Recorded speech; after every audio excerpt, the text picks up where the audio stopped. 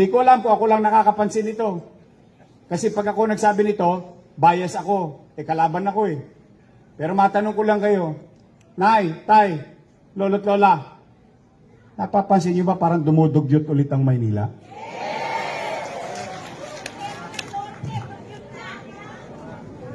Kasi kala ko ako lang nakakapansin eh. Pag ako lang ang nagsabi, wala panira yan, kalaban yan eh. So yun din ang nararamdaman ninyo. No, parang wala na ulit na gobyerno. Namimiss nyo ba yung may gobyerno sa umaga, tanghali, hapon, gabi, hanggang madaling araw? Namimiss nyo? Mga batang Maynila, pumanatag kayo't may hawaan Diyos sa kabalik tayo. With your help, we will make Manila great again. Pang-apat at panghuli para uwian na to. Kasi pag umabot talaga tayo dito ng alas 12 pasado, yari si JTV. Nay, Tay, real talk. Si Yorme, maraming iniwang utang. Tama ba? Sabi nila, gusto niyo po ba malaman yung sagot? Interesado ba kayong malaman yung sagot? At gusto niyo sa akin mismo manggaling? O sige, tanong muna. Taas ang kamay ng nanay at tatay dito o taas ang kamay ng may mga anak. May mga anak. Ayoko kasing hulaan kung dalaga pa kayo. May anak kayo? May apo? Real talk. Kapag walang makain ang anak ninyo, gagawa nyo ng paraan? Gagawa nyo ng paraan? Iraraos nyo? Itatawid nyo? Totoo ba ang kasabihan na kapag kagipit sa Bombay kumakapit?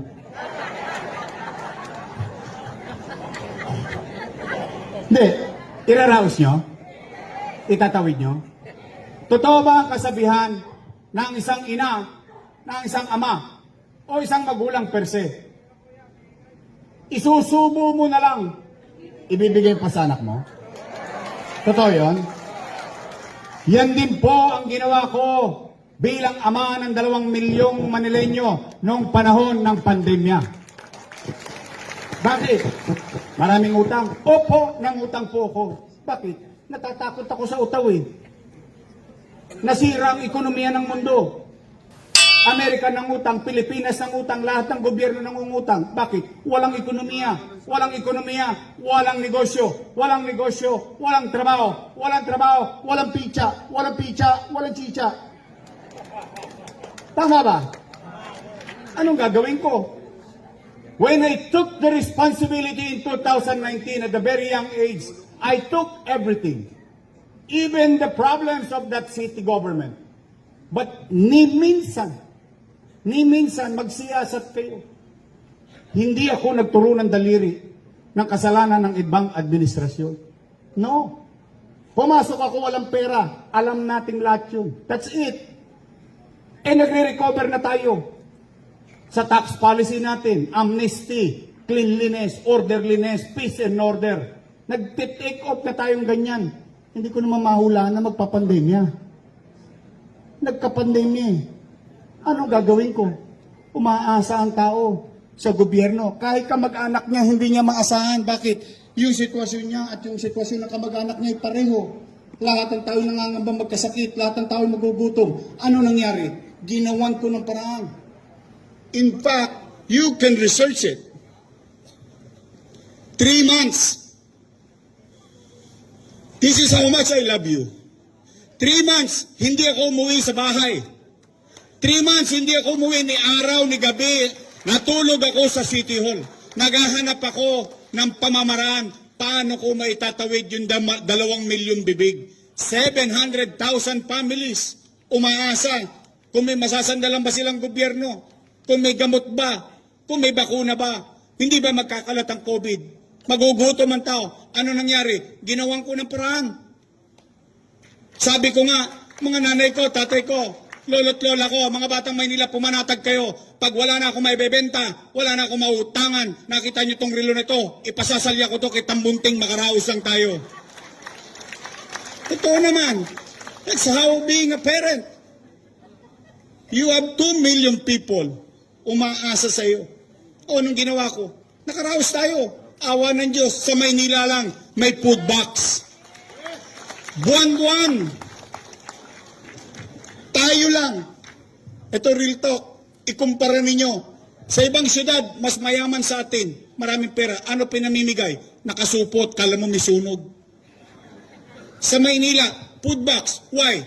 Because ahead of time, in that 3 months na hindi ako umuwi, nag-iisip ako ng epekto sa buhay ng tao. Nag-iisip ako ng paraan paano may raraos ang tao. That's why even the box itself has its science. How many mouth to feed? How many days it will last? Kaya tayo nagkaroon tayo food box buwan-buwan. Abay, nung araw, pasama-sama pa sila, pabigay-bigay pa sila ng food box, pag ganyan-ganyan pa sila. Abay, ngayon, masama yun.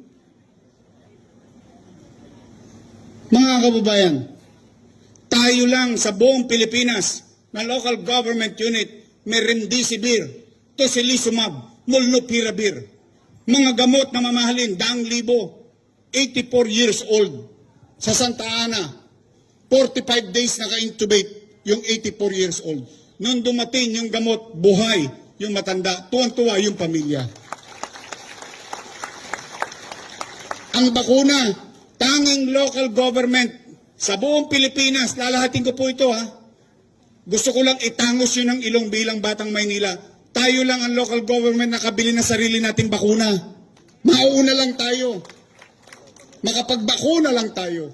Ang bakuna kahit saan, 24 oras. Tayo lang ang nakapagtatag na local government, nakapagtayo ng COVID-filled hospital. Sa Luneta, atin yun. Done in 52 days, 344 bed capacity. Habang nangyayari lahat ng COVID, tayo lang nagpapagawa ng mga pagawaing bayan na kabubuti ng ating mga anak at apo.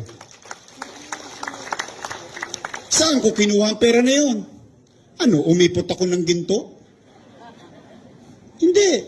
I never asked the people. I've never answered the people of their problems with an answer of another problem. Sabi nga ng video, we find ways. That's how you should do it, being a leader. You don't complain. You don't point fingers to others. Your adversity is within yourselves. Ikaw ang harap ng mga pagsubok ngayon. At ipakita mo na kaya mong pamunuan ang 2 milyong mamamayan na umaasa sa iyo. Tingnan natin, saan ba ako nangutang? Tingnan natin, maigi. Saan ako nangutang? Sa gobyerno. Ha? Hindi naman kita maintindihan, Yorme. Sabi mo, nangutang ang Pilipinas. Opo. Saan kasabi sa gobyerno ng utang? O liwanagin natin. Ito po, para mas madaling imuestra, ito po yung buong katawan ko. 2 bahagi ng bulsa. National government sa Wakali. Local government sa Nangka. Saan ako nangutang? Land Bank of the Philippines. Sino may-ari? Gobyerno. DBP, Development Bank of the Philippines. Sino may-ari? Gobyerno. Madalit salita, itong Wakali, paldo. Ito ang Philippine Government Financial Institution. Run and owned by the government. Paldo. Yung kanan, local government. Nga. Walang laman. Anong ginawa ko bilang leader? Dumukot lang sa kaliwang bulsa. Inilagay ko sa kanang bulsa ng makaraos ang mga Batang Maynila. Aba ngayon, masama na yun? Wow! Teka muna. Paano na-aprobahan yun?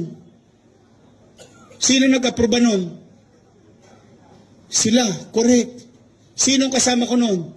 Sinong vice mayor ko nun? Bakit masama na ngayon yung ginawa ko na yun? Kung masama yung ginawa ko na yun, masama kaming lahat. Damay-damay na kami. Pero at least, ako, I'll take full responsibility. Why? Kung mali ang ginawa ko, maglalakad ako sa Dangwa, F. de la Puente, sa Marsan, sa Sampaloc, matangos ang ilong ko kahit anong oras ng gabi. Isa lang masasabi ko, nakaraos kami noong pandemya. That's why I asked you a while ago, in the beginning, ano sabi ko? Salamat sa Diyos, buhay tayo lahat. Marami sa ating patay na. Mahal natin sa buhay. Wala na. Tayo nakaraos. Life must go on. Reklamo silang reklamo sa utang. Teka, bakit ngayon lang naalala may utang? 2022 pa ako wala dyan. Saka alam niyo palang may utang. Bakit pa kayo nagpaboto ng mayor? Puro lang pala kayo reklamo ng utang. I mean, let's come to our senses. It's nothing new. You know it from the beginning. Now you're pointing fingers. Huwag mong isisisi yung kakulangan mo sa ibang tao. When you wanted to be elected and the people voted and gave it to you, you must fulfill the obligation. That's how you call leadership in crisis. Ngayon, kung yun po mali, mga nanay at tatay ko, ay harap ako sa inyo, pagbabayaran ko yun sa desisyon ng taong bayan. For the meantime, reklamo sa utang, lumaya sila dyan, ako magbabayad.